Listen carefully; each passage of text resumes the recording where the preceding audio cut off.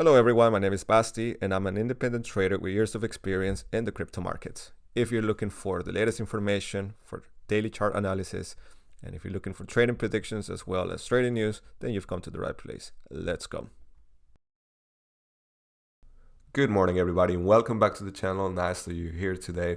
As you can see on the screen already, I placed my Twitter profile where I usually post very relevant information to what happens to the markets, especially crypto markets. I post also chart analysis every now and then, news, and in general notifications for live streams and so on. So if you feel like it, go ahead and please follow me on there.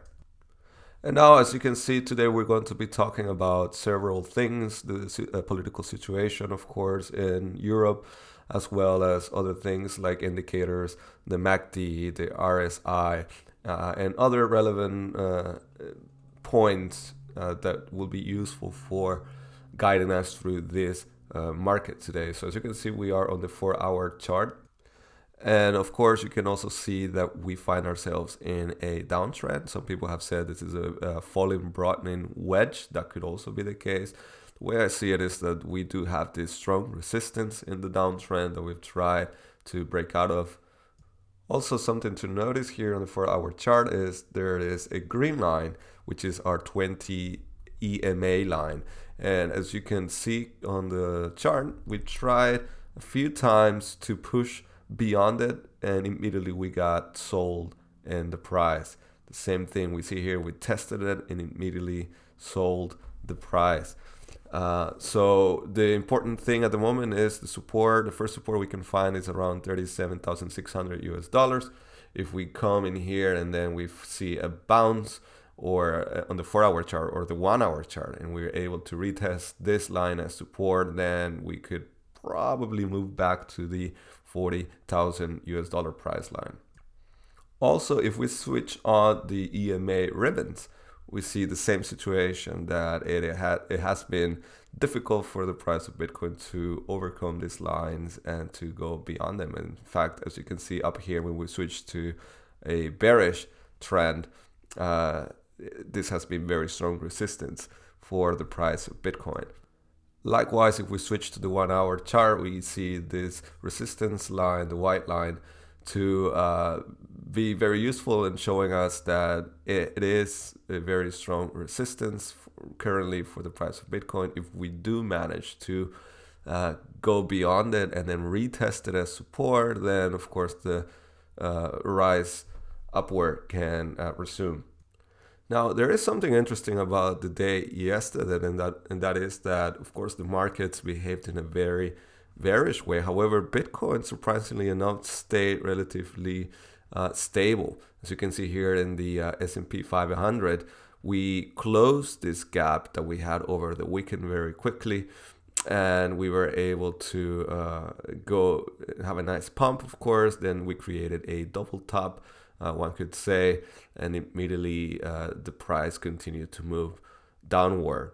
In fact, what is interesting here is that this was also the case for Nasdaq, and of course, like I said, for the S&P 500.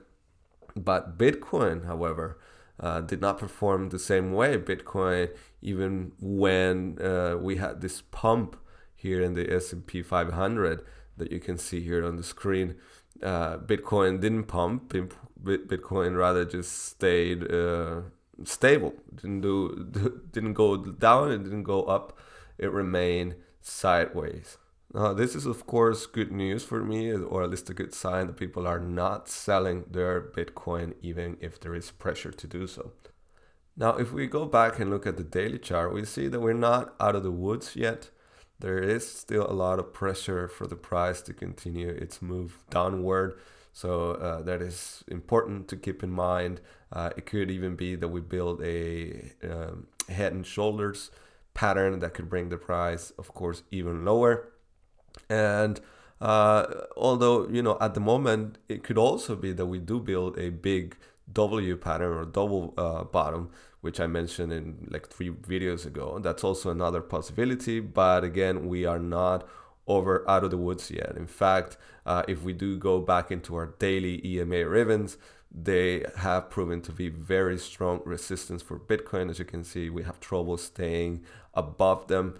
And in fact, we even built recently this big M pattern that of course drove the price even lower. So the target price for this pattern was of course down here. And as you can see, we pushed even lower than that. At the moment, we at least my target is to see if we are able to get across this resistance line and then see what I will do regarding a making my long position even bigger than it already is. But that's something that I'll do once we see a clear picture here. Now, if we look at the news, and this comes from bitcoinecho.de, Terra Luna increases in double digits.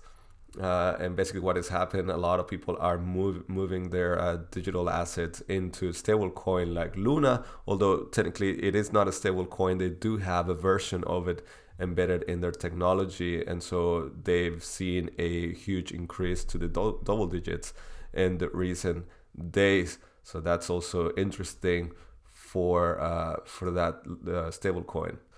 Then on the other hand, for Cardano, we have another headline that reads Cardano daily transaction volume surges, but ADA prices slump. So basically what they're saying is a lot of people are buying now that the prices have been under the $1 line, and a lot of people are putting that into their HODL portfolio. And that is also something that I think it's a good thing to do at the moment. However, you do have to be very careful because we are under that $1 price line, and so the price of course has also a lot of potential to keep going lower, but is something to keep in mind. Now, if we go and look at the weekly chart for Bitcoin, there is something interesting to see. Of course, a lot of people look at this and they have been saying that we are in a very bearish situation. In fact, they point out and say that, oh, we are building a double top here that is going to bring the price to $15,000. And I said, okay, but what nobody is seeing is the possibility of a bullish divergence. And that is the price continues to rise. However, the MACD and the RSI are declining. As you can see here, at any moment, there could be that on the weekly time frames, we see a switch where these two indicators begin to rise again. And again, this is for the weekly time frame. Of course, on the daily basis, anything could happen in the market, but this is still a very good look for Bitcoin on the bigger time frames. Something to keep in mind. In fact, we haven't built a lower low yet, so that is also a positive sign. In fact, and this is of course no direct financial advice to anybody, but we could say that based on these two indicators, this might be a good entry point for a long position into the market where you can take advantage, and depending of course on other external elements like what I mentioned before regarding the news and so on. But it can also be that here on the weekly we are building this big double bottom in the price of Bitcoin. So if we go back into our chart, that is a very strong possibility that nobody is talking about, that this will be a huge double bottom for Bitcoin, and then now we at some point in the future we will continue to rise and at least go to our previous all-time high area around here. And this could all happen towards the end of the year, so there's still time. But again, do keep in mind that whatever happens in the world stage regarding negative news, that of course will influence what happens to the markets, and in turn influence of course what happens to the price of Bitcoin and the cryptocurrencies in general. Now, there was one thing I wanted to mention, and that is my Telegram group. For those of you who are interested in joining, I'm always posting here relevant bits of information that have to deal with what is happening throughout the day or that week, news, chart analysis, things that perhaps don't fall into the category of making an entire video for, because I don't have the time. So if you feel like it, you can go ahead and follow us there. It's completely free. You can find the link in the description. Now, if we go and look at the price of Ethereum, And if we look at the 1 hour chart, it's very interesting because Ethereum is performing relatively well and it has remained stable. In fact, there's this very nice V formation that we have here on the chart that could bring the price back to 2,815 US dollars. And in fact, you can see here with the daily EMA ribbons, we are inside of them, whereas in Bitcoin we haven't managed to even do that. So it could be that if we do go across this 2,815 dollar price that we've already tested as resistance and support in a couple of occasions, then the trip to the $3,000 price line is relatively easy to get to. Now, if we go and look at Luna, something that I already briefly mentioned in the news in this video, we see that it also has a very bullish attitude at the moment. We have even this double bottom that seems to be forming, and we have to keep an eye out for that because it is looking much better than Bitcoin per se. Also, if we look at Cardano, we also see that we might be building a V formation pattern, which of course would be good for Cardano. However, we do have to be mindful that we find ourselves currently under the $1 price line. But if we were to push above this, then there's a lot of potential for Cardano as well at the moment.